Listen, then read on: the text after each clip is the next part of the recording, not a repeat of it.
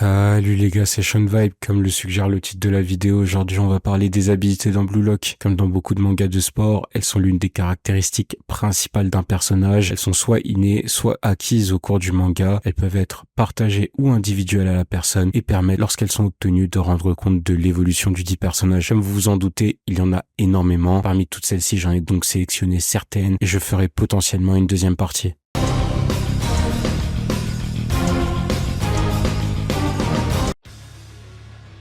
La métavision. Ce terme est utilisé pour décrire la vision évoluée d'un joueur, lui donnant une perspective omnipotente sur le terrain. Il collecte constamment des données sur chaque joueur, décortiquant chaque action qu'il entreprenne et leur positionnement sur le terrain. La métavision, c'est un peu The Ability dans Blue Lock. C'est, je pense, l'une des capacités les plus répandues. Elle permet aux joueurs qui la possèdent d'avoir un avantage non négligeable dans sa quête de victoire. On peut citer comme utilisateurs Izagi, Reo, Aikyu, Nico et Iori. Et en faisant cette liste, on se rend compte qu'il existe plusieurs strates à franchir avant de pouvoir utiliser la métavision à 100% de ses capacités. Par exemple, celle de Nico est encore incomplète. Il la découvre lors du match contre le Bastard Munich, mais ne l'utilise encore que partiellement. Reo, quant à lui, l'a utilisé dans son match également contre le Bastard Munich, mais sans le savoir. De cette liste, Izagi reste évidemment selon moi le meilleur utilisateur de la métavision. Mélangée à sa conscience spatiale, son positionnement et ses réflexes, elle lui permet, la métavision, de prédire et d'annuler rapidement les actions de ses adversaires. Elle permet également de créer des situations idéales pour marquer des buts en utilisant les informations collectées sur ses propres coéquipiers.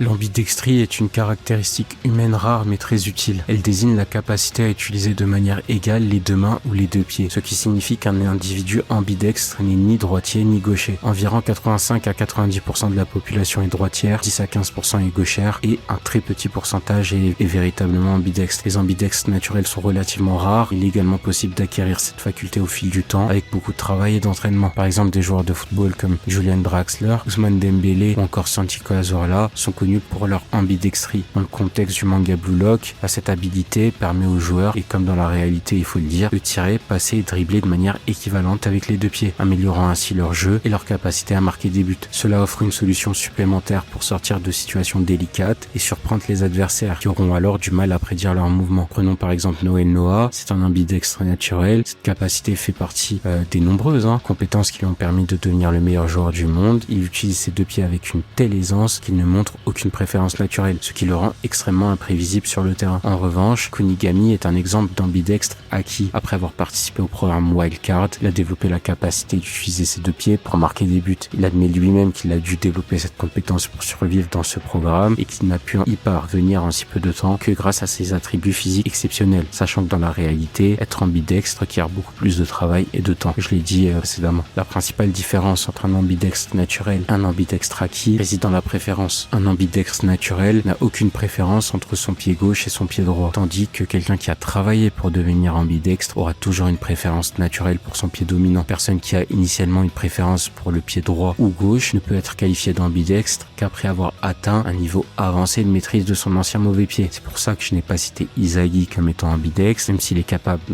depuis récemment de tirer des deux pieds après sa confrontation avec Kunigami. Il ne faut pas oublier que tout le monde peut atteindre ce niveau avec suffisamment d'entraînement, même si cela sera forcément à des degrés divers. Izagi a travaillé son pied gauche, qui était une faiblesse pour l'utiliser comme solution complémentaire. Cependant, il est encore loin du niveau de Kunigami, qui peut être qualifié lui comme ambidextre, et Kunigami lui-même reste à des années-lumière, on le sait tous, des capacités naturelles de Noel Noah.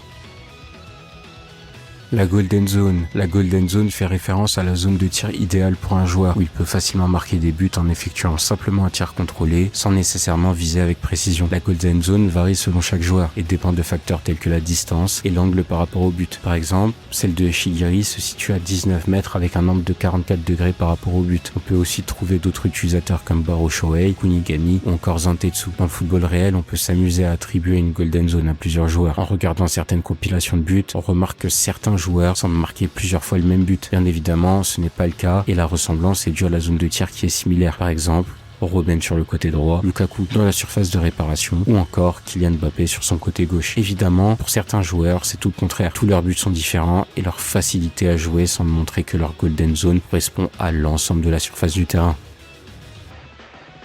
Le caméléon correspond à la capacité propre de Reo Mikage. la rappelle forcément la parfaite copie de Kisei dans Kuroro no Basket ou l'habilité des babouins dans One Piece.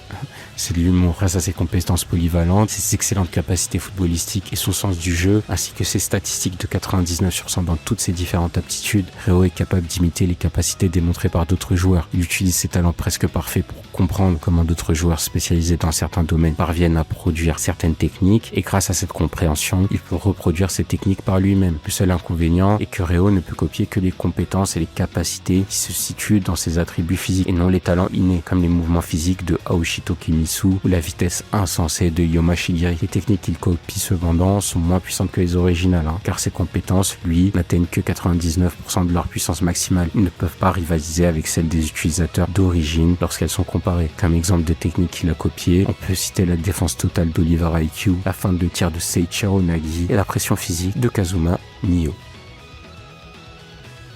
Le Predator Eye, c'est la capacité qu'utilise Barrow lors de son match contre le Bayern Munich. Elle est décrite comme l'opposé de la métavision. En effet, Barrow va rétrécir drastiquement son champ de vision et se concentre uniquement sur le gardien de but et attend patiemment que l'adversaire baisse sa garde pour marquer. Cette technique contraste fortement avec la métavision qui consiste à avoir une vue d'ensemble du terrain, anticiper les mouvements des coéquipiers et des adversaires et prendre des décisions en fonction de cette vision élargie. Barrow, lui, en revanche, choisit de réduire son champ de vision pour se concentrer exclusivement sur son objectif principal, battre le gardien de but. Cette stratégie peut rappeler celle utilisée par certains grands attaquants dans le football réel qui se focalisent intensément sur le gardien de but et attendent le moment idéal pour tirer. Par exemple, des joueurs comme Zlatan Ibrahimovic ou Cristiano Ronaldo sont connus pour leur capacité à rester concentrés et à capitaliser sur les erreurs des gardiens de but. Cette approche de la vision réduite et de la focalisation intense montre que même si des techniques comme la métavision sont incroyablement efficaces pour certains joueurs, d'autres peuvent réussir dans le football en utilisant des stratégies complètement opposées. Cela souligne l'importance de la diversité des styles de jeu dans le football, permettant à chaque joueur d'exploiter ses points forts de la manière la plus efficace possible.